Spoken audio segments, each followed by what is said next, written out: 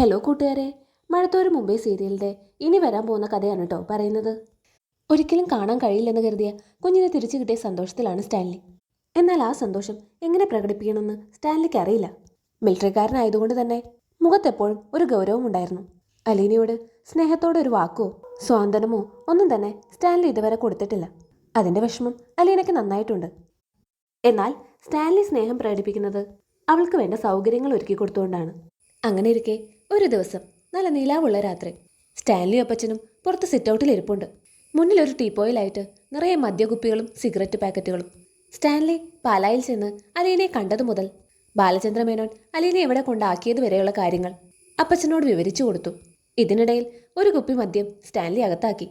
അപ്പം അപ്പച്ചൻ പറയുന്നുണ്ട്, മതിയടാ, ഇപ്പം തന്നെ ഒരുപാടായി, നീ പോയി കിടന്ന് ഉറങ്ങാൻ നോക്ക്. അപ്പച്ചന് ഒരെണ്ണം കൂടി ഒഴിക്കട്ടെ? വേണ്ട, എനിക്ക് ഇത്രയും മതി. അതെന്താ അപ്പച്ച അപ്പച്ചൻ ഒരെണ്ണത്തിൽ നിർത്തിയത്? നമ്മുടെ ചിന്നമ്മയെ പേടിച്ചിട്ടാണോ? ഇത് കേട്ട് അവതക്കുട്ടിച്ചായം പറയുന്നുണ്ട്, എനിക്ക് അവളെ പേടിയൊന്നുമില്ല. ഒറിജിനൽ ചിന്നമ്മയെ പേടിച്ചിട്ടില്ല, പിന്നെ ഈ ഡ്യൂപ്ലിക്കേറ്റ് ചിന്നമ്മ. നീ ഒന്ന് പോയടാ. ഇത് കേട്ട് സ്റ്റാൻലി പറയുന്നുണ്ട്, അപ്പച്ച ഒറിജിനൽ ചിന്നമ്മ ഇതാ. ഞാനും അപ്പച്ചനും ചിന്നമ്മയും കൂടി ചേർന്ന നല്ല ഒന്നാം തരം ചിന്നമ്മ. അവൾ വേറെ ലെവലാ. ഇതും പറഞ്ഞുകൊണ്ട് സ്റ്റാൻലി അവിടെ ഇരുന്ന് ചിരിക്കുകയാണ്. അപ്പോൾ അവതക്കുട്ടിച്ചായം പറയുന്നുണ്ട്, ലലിച്ച, നീ നല്ല പൂസായിട്ടുണ്ട്, ഇനി മതി, പോയി കിടക്കാൻ നോക്ക്.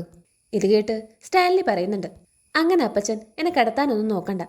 അപ്പച്ചൻ എന്താ ഒറ്റണത്തിൽ നിർത്തിയത്? പറ, എനിക്കറിയണം. അവൾക്ക് ഇഷ്ടമില്ലാത്തതുകൊണ്ടല്ലേ?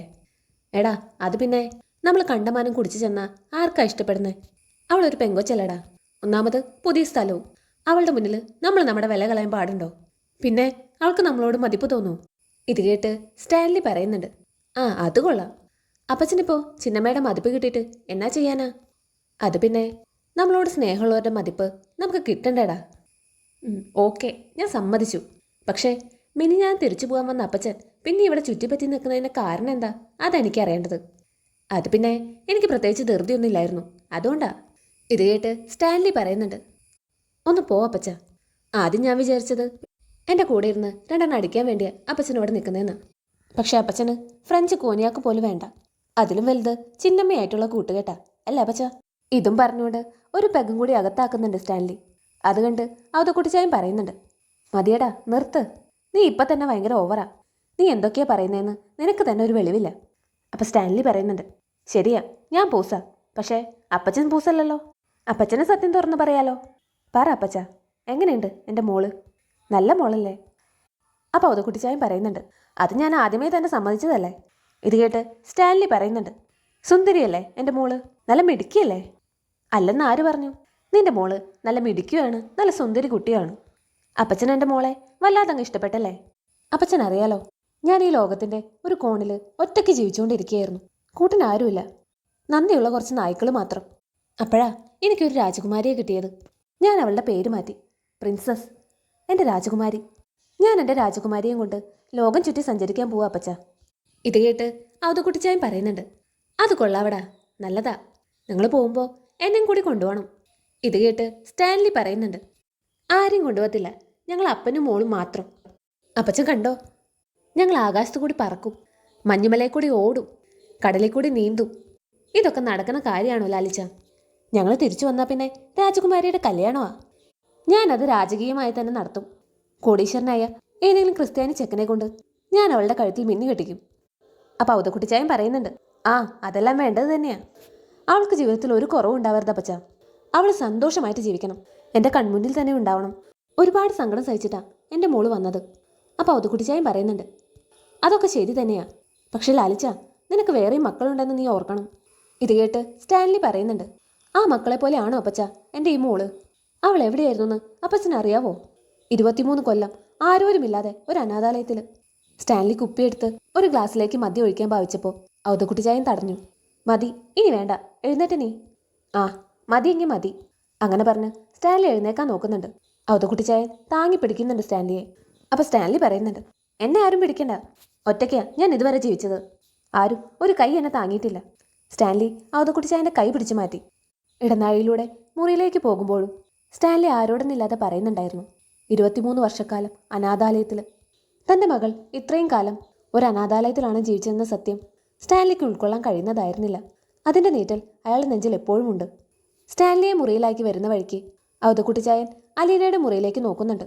വാതിൽ ചാരിയിട്ടിട്ടേ ഉള്ളൂ. അവൾ ഇതുവരെ ഉറങ്ങിയില്ലേ? വാതിൽ അടയ്ക്കാതെയാണോ ഈ കുട്ടി കിടക്കുന്നത്? ഔതക്കുട്ടിച്ചായൻ മെല്ലെ വാതിൽ തുറന്നു നോക്കി. അലീന മേശയിൽ തലവെച്ച് കിടക്കുകയാണ്. ഔതക്കുട്ടിച്ചായൻ അകത്തേക്ക് കയറി. മോൾ ഇതുവരെ ഉറങ്ങിയില്ലേ? ഔതക്കുട്ടിച്ചായൻ്റെ സൗണ്ട് കേട്ടതും അലീന പിടഞ്ഞെഴുന്നേറ്റു. അവളുടെ കണ്ണുകളെല്ലാം നനഞ്ഞിരിക്കുന്നുണ്ടായിരുന്നു. ഇത് കണ്ട് ഔതക്കുട്ടിച്ചായൻ ചോദിക്കുന്നുണ്ട്, മോളെന്താ കരയായിരുന്നോ? ഇത് കേട്ടതും അലീന വിതുമ്പി കരയാൻ തുടങ്ങി. ഇങ്ങനെ കരയാതെ കൊച്ചേ, കാര്യം എന്താന്ന് പറ. ആരെങ്കിലും നിന്നെ വഴക്ക് പറഞ്ഞോ? എന്നതായാലും ഈ വല്യപ്പച്ചനോട് പറ. കണ്ണുകൾ തുടച്ച് അലീന പറയുന്നുണ്ട്. എനിക്കിവിടെ നിന്ന് അങ്ങ് പോയാൽ മതിയായിരുന്നു. ഇത് കേട്ട് ഔതക്കുട്ടിച്ചായന് വല്ലാത്ത വിഷമം തോന്നി. എന്താ മോളെ നീ ഇങ്ങനെയൊക്കെ പറയുന്നേ? ഇവിടെ നിനക്ക് എന്തെങ്കിലും ബുദ്ധിമുട്ടുണ്ടോ? ഉണ്ടെങ്കിൽ ഈ വല്യപ്പച്ചനോട് പറ. ഇത് കേട്ട് അലീന പറയുന്നുണ്ട്, അതുകൊണ്ടല്ല വല്യപ്പച്ച, അവിടെ കടപ്പാട്ടൂർ വീട്ടിൽ എൻ്റെ സഹോദരങ്ങളെല്ലാം വിഷമിച്ചിരിക്കുക. അമ്മ വന്നതും വീണ്ടും വഴക്കുണ്ടാക്കാൻ തുടങ്ങി. ഇത് കേട്ട് ഔതക്കുട്ടിച്ചായൻ പറയുന്നുണ്ട്, നീ ഇപ്പോഴും അവിടുത്തെ കാര്യം തന്നെയാണോ ആലോചിച്ചിരിക്കുന്നേ? അതൊക്കെ വിട്ടുകള മോളെ. നിനക്ക് ചെയ്യാൻ കഴിയുന്നതിൻ്റെ പരമാവധി നീ അവർക്ക് വേണ്ടി ചെയ്തില്ലേ? ഇതിൽ കൂടുതൽ എന്ത് ചെയ്യാനാ? അലീന താൻ കടപ്പാട്ടൂർ എത്തിയത് മുതലുള്ള കാര്യങ്ങൾ വല്യപ്പച്ചനോട് പറയുന്നുണ്ട്. ഇത് കേട്ട് ഔതക്കുട്ടിച്ചായൻ പറയുന്നുണ്ട്, ഇത്രയൊക്കെ ദ്രോഹിച്ചിട്ടാണോ നീ പിന്നെയും അവർക്ക് വേണ്ടി കരയുന്നത്? അവരല്ലേ മോളെ നിന്നോട് നന്ദികേട് കാട്ടിയത്. നീ അവർക്ക് വേണ്ടി എന്തെല്ലാം ചെയ്തു? ഇത് കേട്ട് അലീന പറയുന്നുണ്ട്, അയ്യോ, നന്ദികേടൊന്നും ആരും എന്നോട് കാണിച്ചിട്ടില്ല.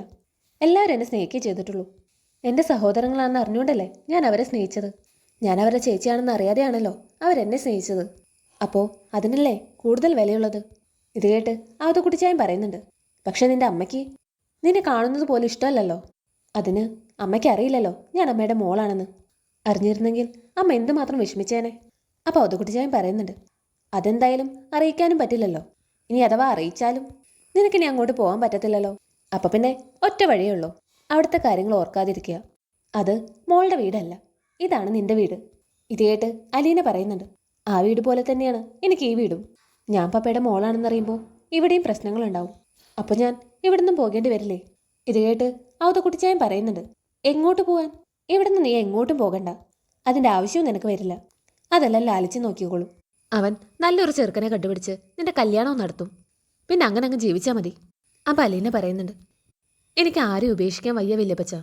അവിടെ എൻ്റെ കൂടപ്പിറപ്പുകൾ കിടന്ന് വിഷമിക്കുമ്പോൾ എനിക്കിവിടെ സന്തോഷിക്കാൻ പറ്റുന്നില്ല. ഇത് കേട്ട് ഔതക്കുട്ടിച്ചായൻ പറയുന്നുണ്ട്, അതൊന്നും ഓർക്കണ്ട മോളെ, അത് വിട്ടേക്ക്. അതവരുടെ വിദ്യയാണെന്ന് വിചാരിച്ചാൽ മതി. ഇവിടെ നിന്റെ കാര്യമെല്ലാം ലാലിച്ച് നോക്കിക്കോളും. മോള് പോയി കിടന്ന് ഉറങ്ങാൻ നോക്ക്. അത്രയും പറഞ്ഞുകൊണ്ട് അലീനയെ പിടിച്ച് കട്ടിലേക്ക് കിടത്തി ഔതക്കുട്ടിച്ചായൻ മുറിയിൽ നിന്ന് പോയി. അലീന അപ്പോഴും കരയുന്നുണ്ടായിരുന്നു. തുടർന്നുള്ള കഥയുമായി മറ്റൊരു വീഡിയോയിൽ കാണാം. ഈ വീഡിയോ ഇഷ്ടപ്പെട്ട ലൈക്ക് ചെയ്യാനും സബ്സ്ക്രൈബ് ചെയ്യാനും മറക്കല്ലേ. താങ്ക്